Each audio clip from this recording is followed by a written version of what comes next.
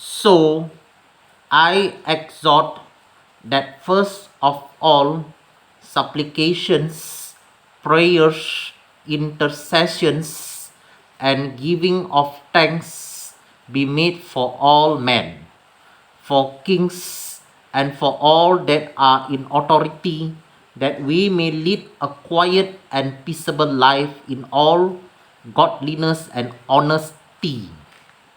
For this is good and acceptable in the sight of God our Saviour, who will have all men to be saved and to come to the knowledge of the truth.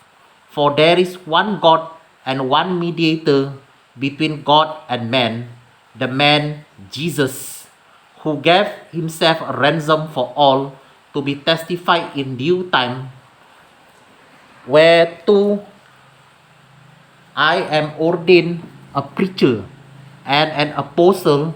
I speak the truth in Jesus and do not lie, a teacher of the Gentiles in faith and verity. So I will that men pray everywhere, lifting up holy hands without wrath and doubting, in the manner also that women adorn themselves in modest apparel with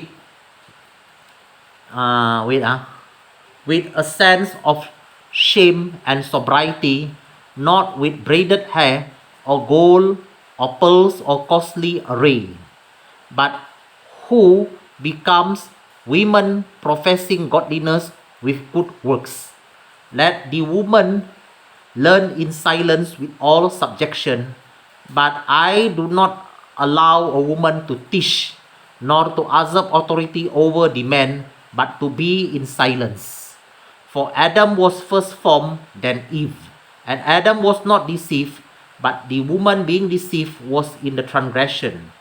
Notwithstanding, she shall be saved in childbearing, if they continue in faith, charity, and holiness with sobriety.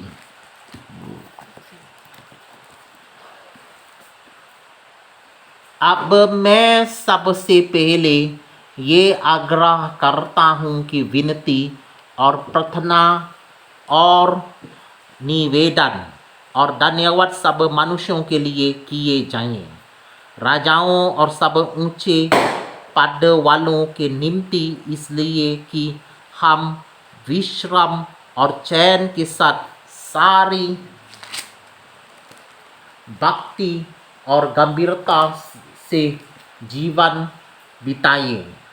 ये हमारे उद्धारकर्ता परमेश्वर को जो अच्छा लगता और भाता भी है, जो ये चाहता है कि सब मनुष्यों का उद्धार हो और वे सत्य और भली भांति पहचान लें, क्योंकि परमेश्वर एक ही है और परमेश्वर और मनुष्यों के बीच में भी एक ही बिचवाई है, अर्थात यीशु जो मनुष्य है, जिसने अपने आप को सबके छुटकारे के दाम में दे दिया और उसकी गवाही ठीक समय पर दी गई। मैं सच कहता हूँ, झूठ नहीं बोलता, कि मैं इसी उद्देश्य से प्रचारक और प्रेरित और अन्य जातियों के लिए विश्वास और सत्य का उपदेशक ठहराया गया। इसलिए मैं चाहता हूँ कि हर जगह पुरुष बिना क्रोध और विवाद के पवित्र हाथों को उठाकर प्रार्थना किया करें। वैसे ही स्त्रियां भी संकोच और संयम के साथ सुहावने वस्त्रों से अपने आप को संवारे, ना कि बाल गूंथने और सोने और मोतिया और बहुमूल्य कपड़ों से, पर भले कामों से, क्योंकि परमेश्वर की भक्ति करने वाली स्त्रियां को यही उचित भी है। स्त्री को चुपचाप पूरी अधीनता से सीखना चाहिए।